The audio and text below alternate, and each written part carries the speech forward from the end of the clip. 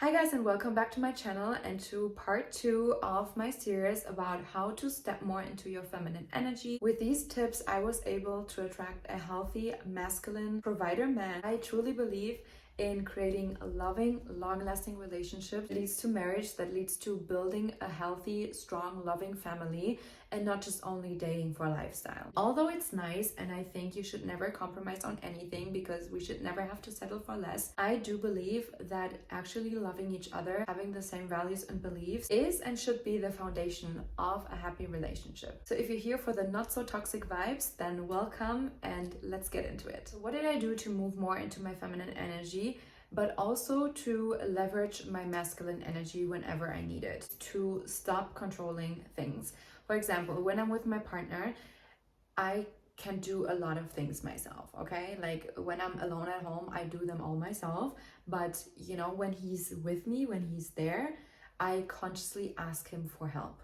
Small things like, can you give me that from the shelf? Can you help me carrying this? Can you help me with this? Can you help me with that? Like I always ask for help, and I learned to receive the help. That was probably the biggest thing. For the longest time, I have not been able to ask anyone for help. I always wanted to do everything myself because I thought I'm disturbing people with asking them for help. You know, I was so in survival state. I was just so used to doing everything on my own and to never ask for help because that was basically my coping style. Like I just did everything myself, and then I was mad for doing everything myself. The minute that I started asking for help, and even if it was just like practicing it in small situations, like going to the supermarket and asking someone like, where's this, where's that, instead of wasting my time and energy walking around all the shelves and like searching for it, instead of just simply asking someone. Like sometimes we as women in our survival state, we make it so extra hard for ourselves because we simply do not want to ask for help. But like, why not? You know, like I'm telling you, you have to practice this because receiving is pure feminine energy. It doesn't mean that you have to never give anything, because as a feminine woman, divine feminine woman, you also give a lot of your energy. I give all my energy to my partner. You know, I nurture him. Like I take care of the house. I make the house a home. Like there's so many tasks that I do combined with my masculine energy as well that help me also to be more feminine and to feel as a woman. If you can't ask for help, you won't receive anything else from a man, whether that's money, whether that's gifts, whatever it is.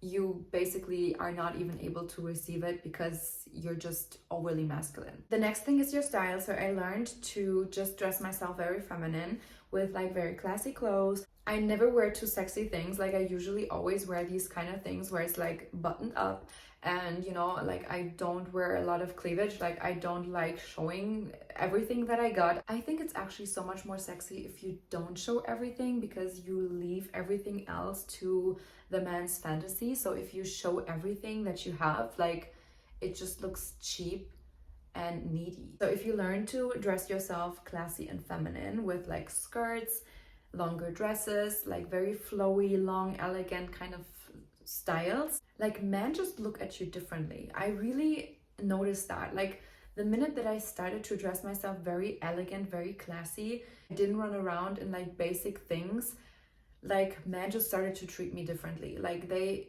used to always say, I look so classy, so feminine, my style is so amazing, I don't look cheap, I look so elevated and put together.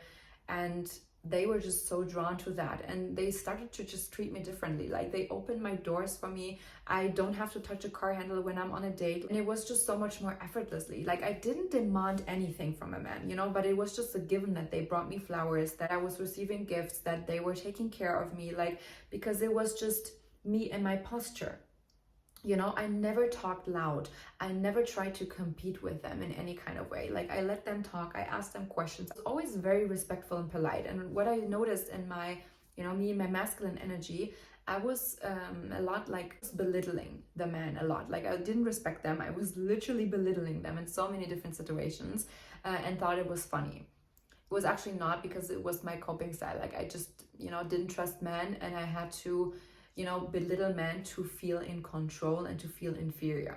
But actually I was so insecure with myself that I had to use that belittling and making jokes about men constantly as a coping style to compensate my own insecurity. Also, what I had to change to go more into my feminine energy is stop being so hateful about men and assuming that all men are trash, because they're not, you know.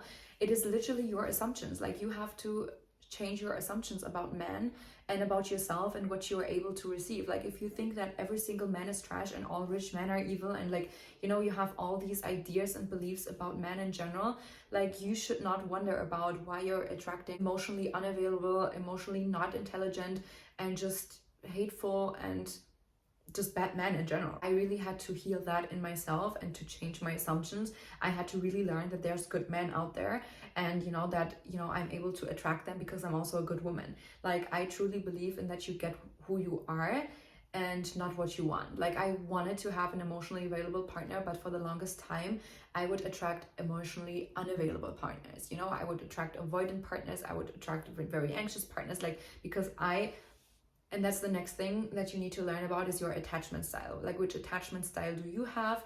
You know, there's a book that I can put here that you can read about, and that really helped me a lot to find out my attachment style, which was anxious avoidant. Anxious, there's avoidant, and then there's anxious avoidant, which is, you know, the whole cocktail of everything. So another thing that got me more into my feminine energy is to release control and to surrender, you know. And what helped me with this was praying to God, like thanking God, like being in gratitude and simply trusting life itself, you know. And that is like a very big task, because when you're in your masculine energy, you want to literally control and micromanage every single thing, but you have to learn that you can't do that. Like, there's things that you simply cannot control. The only thing that you can control is your reaction. And if you learn as a woman to let go, and you also work towards things, but you let go of the control, and you meditate, you check in with yourself, which leads me to the next thing, which is getting into your body. Like, when I was in my masculine energy, I did not work out because I didn't have time. I did not take care of myself. I didn't want to take time in general. So basically, what helped me to get more into my feminine energy was to take more time for myself, to stop rushing all the time. Because, you know, I was always in my masculine energy. I would always be like, oh yeah, but time is money. I don't have time to work out. I don't have time to do this. Like, I don't have time. I need to work. I need to do more. I need to execute. I need to be successful, blah, blah, blah.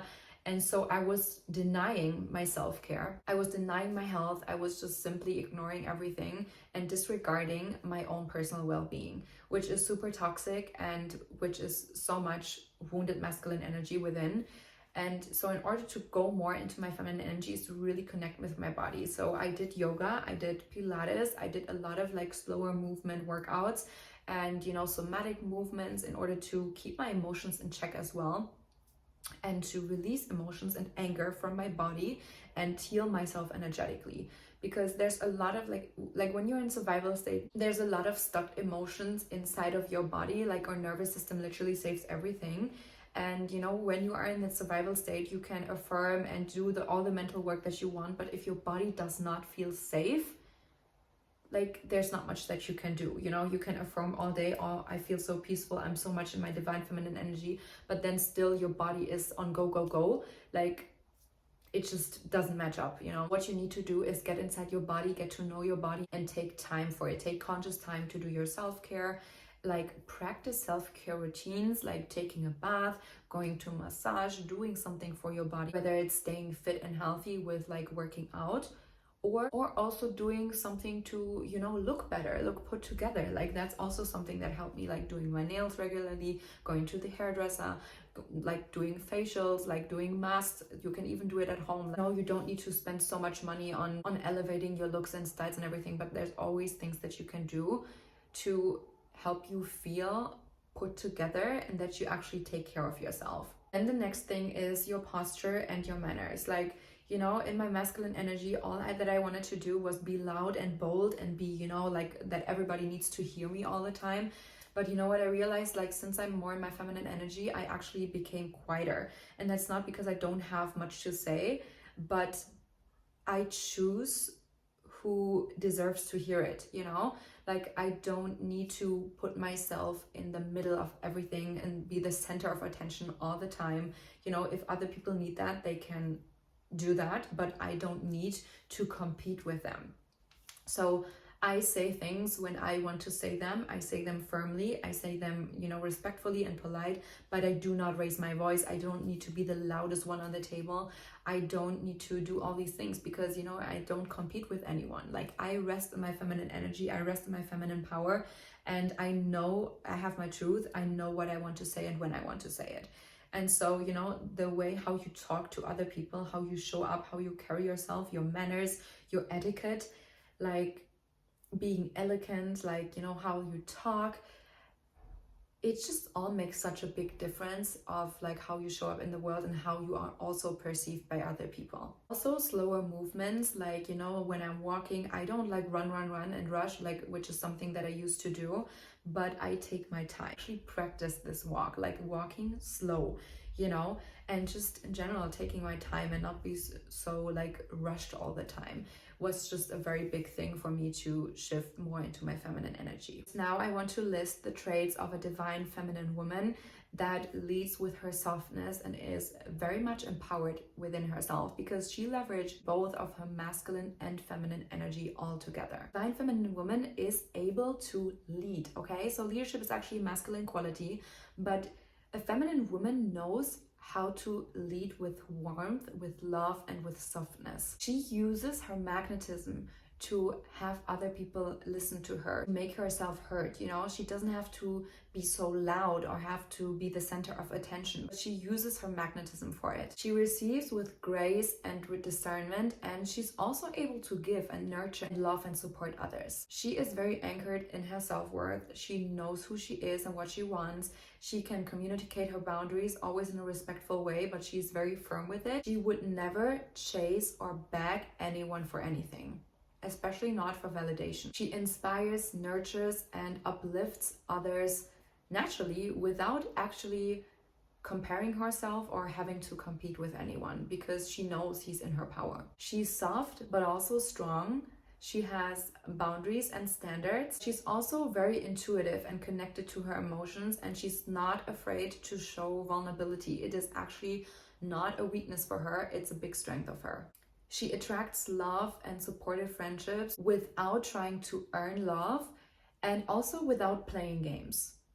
She doesn't need to play games. She doesn't need to be manipulative or, acting like a femme fatale and like, manipulating other people in order to get what she wants.